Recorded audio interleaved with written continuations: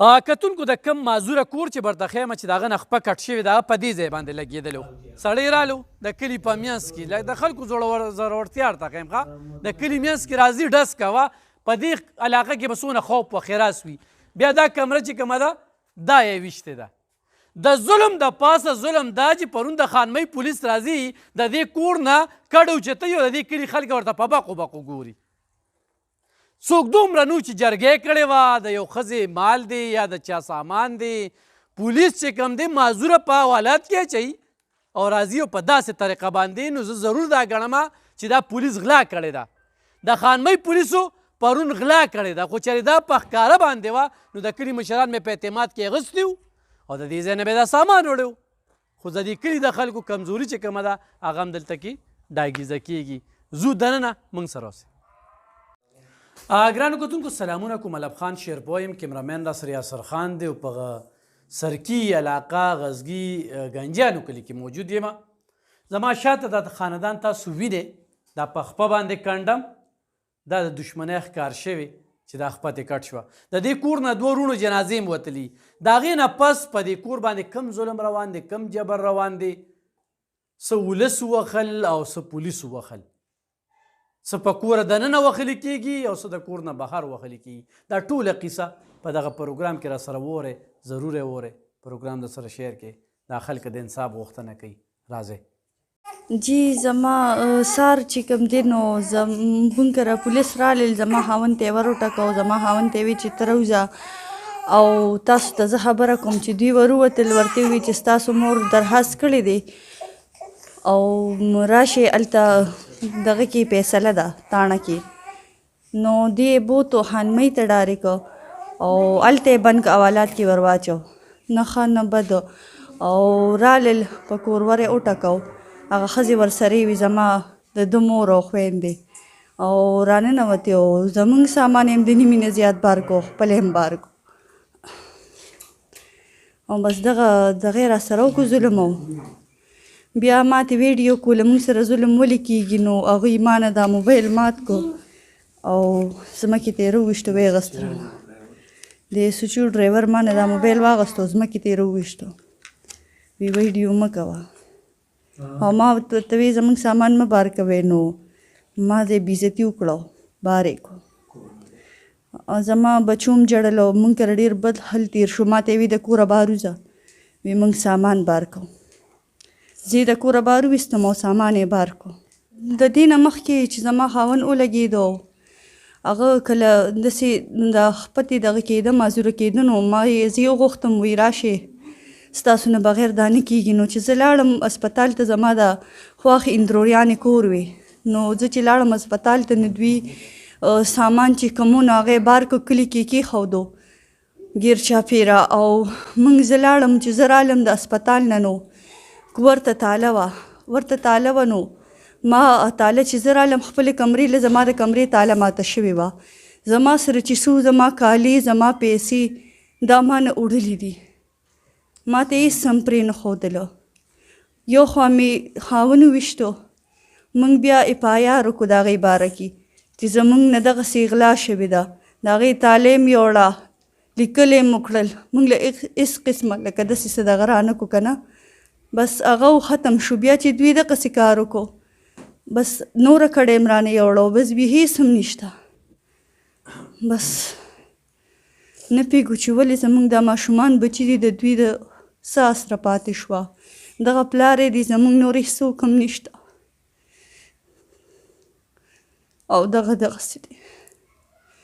معذوره دی هېڅ هم نشي کولی. بس نه پوهېږو چې ولې زموږ درخواست FIR یې نه چلېږي. موږ ځو موږ درخواستونه کوو د هغې هېڅ قسمه موږ ته څه دغه نشته او موږ باندې الټه راځي زموږ له سامان او زما بېعزتي کوي او لوی دغه رادنده شو په کور باندې او زما ډېره زیاته بېعزتي وکړه. زموږ صرف په خپل دغه خپه یو زموږ په کمرو کې زموږ په کور کې ګرځېدل او زموږ سامانونه یې بار کول او ما ورته کتل خو ما هېڅ قسمه څه وس نه کېده ځکه چې زما خاوند په حوالات کې بند کړی و. ما څه نه شو کولی او نه زما څوک و چې داسې ما سره یې څه مدد کړی و. زما نوم اویس خان دی د سرکي ګنجانو کلي اوسېدونکی یم پرون دا مقامي پولیس ما پسې د چوکۍ رال ما ته ویې ته لږ چوکۍ ته راشه وي تا سره هم لږ کار دی نو مې ولې خیر شه وي تا باندې مور درخواست کړی دی چې ادي کډه کوډه تا بنده کړه ده مې ټیک ده مې ما چې کوم درخواست کړی دی کور کې خو سامان نشته کم سامان چې و هغه خو زه چې ولګېدم نو زه یې د چارسدې ته یوړم چارسدې نه پېښور ته نو په سبا سهار چې هلته ما له کور واړه راغلل اپریشن مې و د هغې سین غوښتو نو چې هغه راوغوښتل نو دلته کور خالي و بچي ما سره هلته و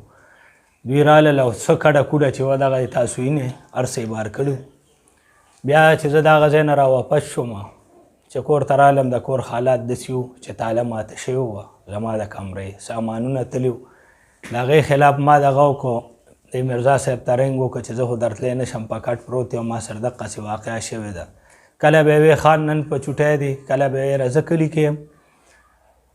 او نن به شي سبا به شي نن به شي سبا به شي اخره کې زما یو خورایې دی هغه مې ورولېږم داسې کار دی چې خورایې ته ورشه زما دا مسله داسې نه حل کېږي د اف آی آر ماله ولیکه چې زه دغه وکړم کنې نو چې زه مخکې لاړ شم هغه اف آی آر ما لغه هلته ولیکه او دلته یې راوړه کور کې پرې ما ګوته ولګوله ما ته ویې نن به شي او سبا به شي په هغې کې ټیم تېرېده یو میاشت پکې تقریبا تېره شوه اوس پرون دی ما پسې راغی ما ته ویې مور دې درخواست کړی دی او ته راشه دا فیصله درله کوم چې زه ما ته ویې ته راشې یوازې ما ورته نه زه معذوره سړی یم دښمني مې ډېره ده زه یوازې نشم ګرځېدی ما سره به د تره زوی یو کس نیم درشي چې څه مسلې وبیا چېړو وی چې بس ډېره ضروري ده او له 7 منټه ټایم داخلو ډېر نه مې چې د مانځه نه به وروستو شي وی چې د مانځه له به هر څه ختم وي زه ورغلم ما د تره زوی ته رنګ وکړو هغه راغی دوی ما ته بار ولاړو ما ته ویې ځو او راځو مې ګوره ما ته تکلیف ډېر دی زما دا خوا 11 ډزه لګېدلې ده دا کټ ته زه نه کېناستی شم نه سملاستی شم ما ورته ووي چې ما زه ډېر تکلیف کې یم دوایانې خورم په دوایانو روان یم او زه ګوره ډېر ټایم تېرولی نه شم دا ما ټوله ورځ دقسې ټوله شپه ټوله ورځ په لاس کې نیولي دردونه کوي هغه دې ما ته ووي ټایم دې نه خرابو دا ګاډی دی دې کې د بوزو راولو لاول د چوکۍ خبره وه ډایرکټ یې خانمۍ ته تو کړو چې خانمۍ ته ورولو ایس ایچ او سره په موبایل رابطه وکړه ما ته یې ویې حوالات ته ورننوځه موبایل یې رانه جمع کړو بیا خو په یو طریقه ما موبایل له عوام غوښتي یو 2-3 تصویران مې په غلا اخیستي دي هغه سره د موبایل کې دي چې بیا ما معلومات کوم ما ځان پسې کسان راوغوښتل چې دغه مو کوو ایس ایچ او صاحب ویل چې اوس خبره نه کوو د مانځه نه به وروستو کوو 10 بجې به وتلې وو ماښام 6 بجې را پرېښود چې خبر شوم دوی راغلي چوکۍ له د چوکۍ پولیس و د خانمۍ پولیس و ورسره ما د علاقې یو مشر رالیږلی ما ته یې فیصله مو کړه بس سامان ورکوه ښه سامان ورکړه نو کور کې خو سامان نه و سامان خو دلته د ګاونډیانو کره غي په وخت ایښودی په کور کې خو غي څه پرېښودي نو د هغې باوجود راله زما د کور نه زما نه کټونه یې وړل نور څه سامان ماما نه د هغې نه علاوه نور بیا وتښتو څه خو ما لیکلي و رپورټو د هغې نه علاوه رالل نو پرونه بیا دا سامان یې وړل پولیس زما په کور کې ګرځېدله زما ښځه د کور نه بار کړی وي تا خوښ دوی سامان بر کوي نو ما سره چې کم ظلم زیاتی وشو نو دا غیر قانوني را سره وشو زه د حکومت نه انصاف غواړم چې ما سره دا څه زیاتی وشو نو ما باندې څه داسې قسم داواداري نه وه ساده سیمپل خبره وه وي دقسې کار دی ډي پي او صاحب ته درخواست شوی دی ډي پي او صاحب وایي چې الټی ځوړن کې خو موږ ته په حوالات کې ور واچولې او دا خبره هم دله داسې وکړو نه جی دوی سار څه بیلو هر څه مې ورکړي دي الان کې چې دا څه دي دا ټوله ګټه وټه زما ده ما 10 کاله سعودي عرب کې مزدوري وکړه دا خور دا مور دا رونه دا کور خدای جوړ کړی دی ما جوړ کړی دی رونه خدای کامیاب کړی ما نه مشرانو زه کشر یم خو سخته مې تېره کړی 10 کاله ما مسافري دې کلي ټولو ته پته ده چې څه ناکام ما نه کېده څه محنت ما نه کېده هغه ما وکړو الان کې دا چې دا رونه ما ته به نیت وکړه سم په خدای که تر نننۍ ورځې پورې انچه ځمکه هم ماله چا راکړي چې ځمکه د هغې شوه دښمني زما شوه دښمني د هغې وه را په سر ماته شوه هغه هر څه خو یو طرف ته که هغه دښمني را باندې هم نه پرېږدو کېږي چې اجازت راکړي چې یاره ته داسې قسم قدم واله یا ترې اوس شه یا پرې ور مخکې شه ما سره څه قسمه امداد څوک نه کوي زه تاریخ له دقسې یوازې ځم راځم زما داسې څه قسمه دوی مالي امداد څه منډه تړله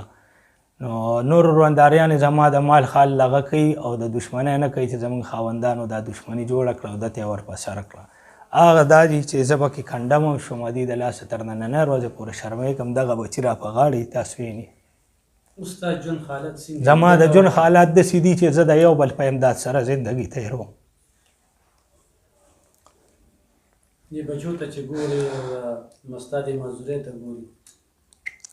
بس ښه د خوشحالۍ زندګي مو خو درونو د لاسه غرق شو. خپله مزدوري به م کوله ګاډی به م چلو شپه ورځ به بار و ښکلی ټیم تېرېدو. دوی د لاسه غرق شو او دا دې غرقوي هم نور ورځ تر ورځه چې څه د هغوی په ما رالګي او څه را سره پولیس زیاتې کوي. پولیس دغه ځای کې پیسې والي ما نه پیسې هم والي او کار راله نه کوي. ښه ورته پته چې اده څه وس نه رسي اده د اواز د اوچتېدو څوک نشته د ضمانت یې څوک نشته اده په شاس اسم دی دقه مې ښځه دی او دا مې بچي دی او دا زه یم. پیسې والي او کار نه کوي. هسې به زه چرس خرڅوم زه پوډر خرڅوم زه ښځې چلوم زه څه قسم داسې کار کوم چې دی هر ځای کې ما نه موږ وایو جانې دوله ورکو اتې اصل مثال یې د دغه دی. او چې ورشو زما راپورټ دی نه لیکې زما د پټي نه جوار تلي دي ما ته چې چا ایستی هغه راځي هره شپه نی په دویمه شپه په ما چاپې لګوي. زه په کټ پروت یم زه پاسېدی نه شم زه ځان وساتم هغه بار بار دا دمکیانې راکوي چې کوتره کوم به دی ولم دی نه کوتره کوم دی. دلته که پولیس ته ووایه نو پولیس لاس نه اچي هغه کولیام په اتمانځو په بازار کې ګرځي. ما دا تصویران د پولیس له ورکړي تر نننۍ ورځې پورې هغې څه دغه ونه البته هغه راغلی دی 4-5 ورځې وړاندې دلته زما په پټي کې جوار هم ریبلي دي او راته یو قسم په پټي کې یو پوله نښه م اچولې ده یو دغه نه چېرې زه دومره پورې زورور یم دومره زما وس رسي. زما د موبایل نمبر دی 0340 063 75 30 0340 063 75 30 چې ماته انصاف میلو شي. زما دې تپوس وکړی شي چې یاره ولې ما سره دومره ظلم کېږي زیاتې کېږي. ګرانو کتونکو تاسو دغه خاندان دا خبرې واورېدلې. دغه خاندان خپل فریاد مخې ته کېښود چې پولیس رانه پیسې مخلي خو کار راله نه کوي. دا د خانمۍ د پولیس سټیشن خبره ده. انسانیت خو هم څه څیز وي چې یو سړی په امسا باندې ګرځي خپتې کټ وي ماشومان بچي وي د دې خوراکۍ په دې لاس کې دا موبایل پروت دی دا د موبایل دا ولا یو پولیس والا چې کوم دی نو دا تس نس او ټوکړي ټوکړي او مات کړی دی ولا دا ولې مات کړی دی چې د هغوی ناجیزه خربې یې په دې کې ریکارډ کولی نو هغوی ورله چې کوم دی نو دا موبایل خو مات کړ. دوی سره ویډیو مو خو هغه موبایل یې ته اخیستی دی. پرون پولیس راغلی د کور کې چې کم دی چونکې هغه د دې زوی د مور سره لانجه ده خو دې په کومه طریقه چې تاڼې ته بوته او تاڼې نه پس په کارو چې دی کې مشران راغلي د زوی او د مور لانجه وه دا به حل کېږي. دا په داسې انداز کې نه چې اوس پولیس چې کوم دی نو راشي او بیا د ښځو بېعزتۍ مو کي او د معذوره سړی چې کوم دی د سار نه د ماښامه پورې ته په حزب بیجا کې وساتې بیا به دې پې پایار کړ پرچې به دې پې کړې وه 107 به دې پې کړو 506 به دې پې کړو 324 به دې پې کړې وه خو نینو تاسو سره د اختیار وشه 302 به دې ورپسې ورایستې وه نو ماښام دې بیا را پرېښوده دغه معذوره ده نه راخپه کټ ته نو دې د انصاف غوښتنه کوي. شهر ناپرسان پښتونخوا کې ژوند کوو بیا 400 خو د پولیس سټیټ دی او څه کېږي او څه روان دي الله پاک دې زموږ په حال رحم وکړي. موږ ځان دپاره د انصاف د تحفظ او د محفوظتیا غوښتنه کوو نو داسې خلکه خو پکې څنګه بچ دي او څنګه روان دي خو چې څوک هم بې انصافي کوي نو ټولو کتونکو ته دا وایم چې خیرې ورته کوئ چې خدایه ذلیل او خوارې کړي خدایه وی شرمې ځکه چې د دې خلکو تمه د چا نه وي د داسې معذوره د داسې مظلومه په ځمکه باندې د دې کور دشمني روانه شوې ده. 2 وروڼه د دې لږ چې کوم دی نو هغوی جنازې اوچتې شوي دي. دریم دا په مړ حساب دی کانډم دی د یوه خپه نشته دغه ژوند دی. الله دې دوی ته انصاف میلو کړي. څوک هم چې دی کې په غلطه دي څوک هم نو خدایه ته ورسره پیش یې مننه.